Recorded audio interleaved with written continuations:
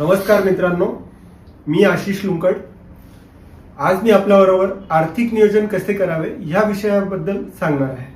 तर आर्थिक नियोजन करताना प्रत्येक माणसाला पैसा जो आपल्याकडे येतो, जो अर्थ पैसा किंवा संपत्ती ज्याला आपण म्हणतो, ती जशी आपल्याकडे येते ती कुठे ना कुठे नियोजन करून जर आपण ती वापरली तर आपल्याला खूप चांगल्या प्रकारे त्याचा विनिमय करता येऊ शकतो।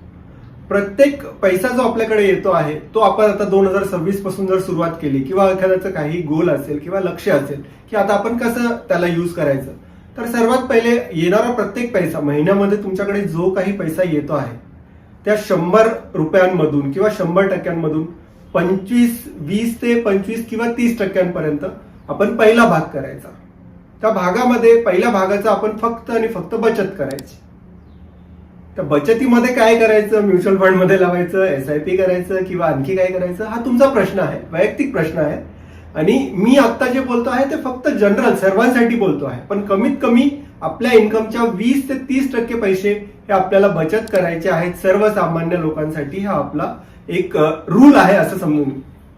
त्याच्यानंतर दुसरा 20 ते 30% जो भाग आहे तो आपल्याला आपल्या घरामध्ये जो काही आपला खर्च आहे, लक्षात ठेवा मित्रांनो, आपल्याला आपला जो खर्च आहे तो 20 ते 30% व्हायला पाहिजे असं आपल्याला प्लॅन करायचं आहे। जर आपण असं प्लॅन करू शकतो तर आपल्याकडच्या आतापर्यंत 20 ते 30 करून जवळपास 50 ते 60% गेलेले आहेत।